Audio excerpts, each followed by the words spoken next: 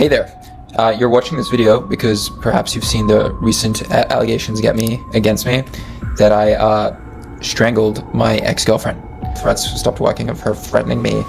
She resorted to being physical, hitting, pulling, scratching, all the things, digging her nails into me.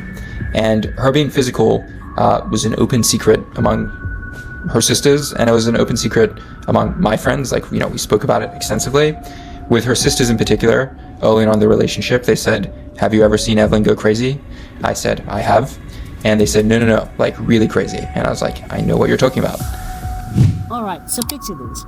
You're a YouTuber who is 26 years old, millions of people adore you, you're in a relationship with a tech millionaire from Australia, the man who created the plant-based chicken nuggets then sold his business for hundreds and hundreds of millions of dollars and was listed on the Forbes 30 under 30. Guys, this is the dream on paper. But then, guys, imagine that he supposedly puts his hands around your neck at a 5-star hotel in Manhattan on the night of your breakup with him. 3 weeks later, he's arrested for strangulation. And can you say this is a Lifetime movie? Absolutely not. Guys, this is the Evelyn Ha situation, and it seems to be getting messier and messier every day. Let's dive in. Alright guys, I must actually make you understand first who Evelyn Ha is before we get into all the dynamic details, because to be fair guys, you might not recognize this woman if you've never watched the sister trio on YouTube, or I would say Korean American TikTok. But believe me guys, this woman has got an enormous reach. Born on April 15, 1999, Evelyn Ha is the eldest of 3 Korean American sisters from a close-knit family. So Erica was born in 2004 and Emily was born in 2008, and those are 2 younger sisters. And guys, together, of course, we're referring to online as their age sisters. And guys, to be fair, they essentially managed a little family vlog, and it was, let's say, a video empire. The problem is that Evelyn didn't suddenly just take off. Of course, she actually spent a lot of time doing this. On November 20th, 2012, she actually officially launched her YouTube account under the name HJ Evelyn. It wasn't until 2019 that she actually began publishing regularly. And of course, during the height of the pandemic, she signed up for TikTok in March 2020. I mean, that was when everything just went, shall I say, boom. Everything went crazy. And to be honest, it was a great equalizer when TikTok was actually very rampant. Everybody was bored, everybody was scrolling. With her sisters, of course, Evelyn began sharing little comedic sketches that struck a chord. Sibling mayhem, Korean American family, comedy, and of course, a complete atmosphere. And guys, her multimedia portfolio quickly grew into dancing, video vlogs, lip syncs, and family jokes. For a few days, she would solely consume like Korean convenience shop cuisine. She was also traveling to, of course, to make content like haunted locations in South Korea and New York City. She has more than 4 million followers on TikTok actually by the year 2024. Over 4 million people actually subscribe to her YouTube account, and of course, her Instagram 2 million. Guys, that is huge. To be fair, fun fact, Evelyn also has, let's say, really classical training. Like, she's a musician. Like, I mean, you're talking of a body who's got range in terms of talent. She also received a degree from Manhattan School of Music, and she played the oboe and majored in, of course, classical music performance. Guys, so this is actually not your typical, like, classic TikTok chick who is just seeking clout or fame off on Instagram or whatever. You're talking about someone who was also having her educational background also. But of course, she decided to spend time at home with her family and her sisters, of course, making family YouTube videos and everything. Like, this is someone who actually played the oboe at the Carnegie Hall. Is it the oboe? I don't know. So, of course, it was actually a dysfunctional home. But anyway, she actually didn't care, did she? So guys, of course, she wasn't the only person who was actually successful among her family people. Her sisters also now successful in their videos on their own. Erica's got more than 1 million YouTube subscribers. subscribers and why Evelyn Ha still also has many subscribers on TikTok. So even though guys they're still regulars on the main channel, of course each has moved on to develop, let's say, an independent fan base. In other words, guys, if you're in the algorithm, you're definitely with each sisters. And the thing is, of course, they're like the cat cake family. It doesn't matter what they do, of course, the supporters are still gonna support them. And they also possess, like, of course, a line of merchandise. Guys, you've got to expand that money, don't you? And of course, the Ha-Ha's podcast, which is also one of their podcasts, and also they have their website. So, guys, essentially, it's a her business. So, guys, you know what? Excellent. You know what she is. So let's dive right into the cocoa what we're discussing today. So guys, fasten your seatbelts because we're about to discuss about her romantic life. So Fred Liu was Evelyn's ex-boyfriend. So he also creates numerous point of view videos on TikTok and also has 1.7 million followers. Guys, then you've got two famous TikTok stars coming together. And in July of 2023, Evelyn formally presents him as a boyfriend in a YouTube video titled Meet My Boyfriend. Prior to that, guys, of course, they were best friends and they were once a pair that fans adored, and they collaborated on everything, which included vlogs, mukbangs, some content, and together they even owned 2 dogs as a young couple. They were adored by everyone. They even had a sheep named Evenlyn and fan edit accounts. However, after some time, guys, of course, the admirers who admired him in the beginning began to notice a slight anomaly. In videos, Fred began to appear casual as if he didn't even want to be there. He would respond with a single word. It gives, of course, disassociation. He would be using his phone. Fred would just sit there looking dazed while Evelyn would be doing the most and being her big crush herself. So he appeared uninterested, according to the fans who began to clip it. People would speculate that, or maybe he's just introverted, his camera shy, which is understandable, but keep in mind, he'll become crazier in the future. Then the symptoms of separation began to emerge in May 2024. On Instagram, she unfollowed him. The matching necklaces vanished. She began sharing things that encouraged self-love. So guys, of course the actual speak was actually a little bit unclear because many fans were saying, oh, we're actually conjuring and say someone was cheating, but of course Fred openly denied it. So in essence, he argued that although they had parted ways, they had actually a huge, enormous respect for one another. So it was actually, of course, not a major controversy. It just finished. Keep in mind, because Fred actually reappears later in the narrative in a way, of course, you probably wouldn't anticipate. So of August 2024, Evelyn is feeling well. Of course, she's healing. She's single. However, guys, we must first discuss what was going on in Fred's end before moving to a new chapter. So Fred began seeing a new person and made her public. Fans became, of course, poisonous right away. She was inundated with remarks comparing her to Evelyn and warning her that she would never measure up. Guys, that's toxic. Why would people do that?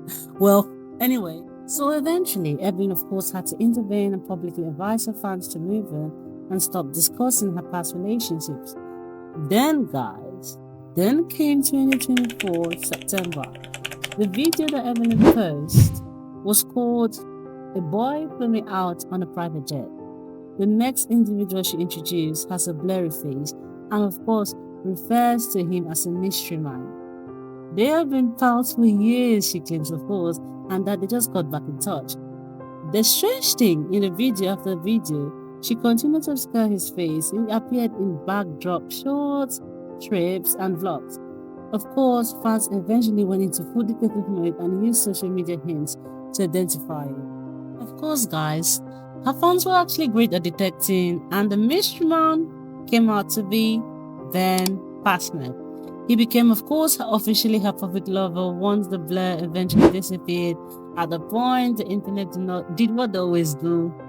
Ben was compared to Fred by same individuals who were protecting Evelyn from being compared to Fred's new girlfriend. His looks was critiqued by several people. Fred, according to others, had been a far better fit. Evelyn eventually had to remind people to quit making comparisons between them. Of course, she also implied that her relationship with Fred wasn't as ideal or perfect as it appeared online, and that the viewers did not know what happened behind the scenes, or what behind the scenes looked like.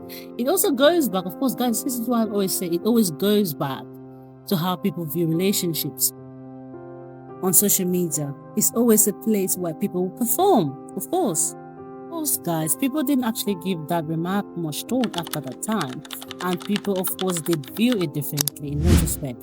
Ben and Evelyn kept dating. Of course, she'd continue to post about him from the outside, and everything appeared to be in order. But suddenly, something began to occur. Ben began to appear checked out on the videos, just much like Fred in the end. His responses were strange, he seemed irritated, he seemed uninterested in taking part.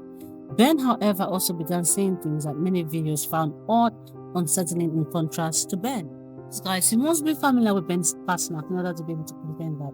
On September 6, 1999, Benjamin Pasternak was born in Sydney, Australia, where he was raised in a wealthy neighborhood, went to private school, and began learning how to code at a very young age. He also developed the software Impossible Watch at the age of 15, which went on to become a worldwide software global store success. And he was actually listed as one of the most influential kids by the Time magazine.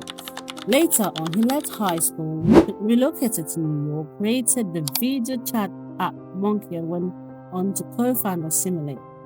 He also co-founded Knox, a brand of plant-based chicken nugget, which is of course Simulate's well-known product. Of course, the business expanded quickly and of course attracted significant funding. And of course, guys, the business was valued at $250 million by 2021. And guys, that made him to land, of course, on the Forbes 30 of 30, and Ben resided when Simulate was actually sold in October of 2024.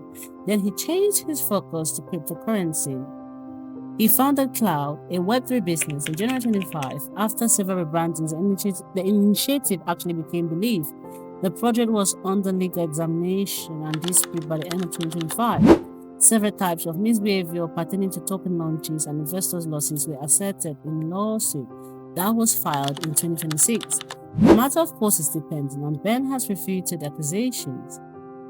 Next, post-March 31, 2026, Evelyn and Ben allegedly got into a fight when they were staying at a posh hotel in Manhattan, and according to the court records, according to the criminal complaint, Ben used both hands to grip Evelyn by the neck, forcing her to get red, having a sore throat, and having trouble breathing.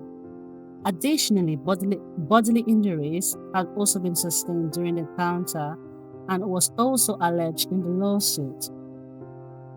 Guys, Ben has also entered a not guilty plea, and these charges are still just allegations. And of course, he was detained on April 21, 2026, and charged with assault related to felonies and second-degree strangulation. The legal system is still processing the matter. So guys, Evelyn remained silent in public. Then, for the sake of her safety and also the well-being, she uploaded a video on 24th of April 2026 declaring that she was no longer in a relationship and that there was a significant boundaries that had been breached, and fans started to rewatch her video of them related videos. In the meanwhile, they brought back videos of him. They're making jokes about him being deaf, guys, and also drowning. And guys, that was actually, of course, very offensive. Some viewers, of course, reinterpreted all the videos that included lighthearted pushing and roughhousing in the light of course, his subsequent accusation. So guys, of course, additionally, many went back to times when Ben seemed irritated, disinterested, or reluctant to contribute to the topic. Ben also made a video, guys, a long message that was available. Also, he of course claimed that he was also abusing the relationship and also refuted the accusations made against him in that video. He said that he was a target of physical assault, a controlling conduct, and social exclusion. Of course, he also said that his therapist saw a wealth of problems in his relationship and that he had proof to back up his assertion. It took a different turn when a statement was made by Fred Liu. He said parts of his experience aligned with some of Ben's description. He made it clear that his experience did not quite fit the popular narrative and that he was not attempting to rehabilitate the past. The internet grew much more polarized at that moment. Certain individuals also, of course, persisted in endorsing Evelyn, citing the criminal accusations and supporting the condemnation in courts, and others also thought friends' remarks and Ben's assertion muddied the narrative. Many came to the conclusion that facts should be decided by the judicial system and that the current situation The internet is still divided, accusations are still grave, and the legal accusations and actions are still pending. Of course, the criminal case is still pending. Furthermore, the court case, of course, has not yet been decided, and many people, of course, are still missing most of the significant facts. The relationship seems to have been quite dysfunctional and combative behind the scenes, or at least based on what has been shown to the public, stated by several parties. So guys, what are your thoughts? Did you think Fred's comments did alter your viewpoint? Guys, there are also resurfaced clips. Do you think they're significant? Or do you believe that waiting for the legal procedure to conclude is preferable? Guys, that's what I've got to say. Please guys, do not forget to click subscribe to get more updates. Be mindful guys of your surroundings and pay attention to warning indicators. I thank you all for watching. I appreciate you all for watching. And I hope to see you in the next one, because stay tight and I'm going to give an update on what's happening in the case. Bye.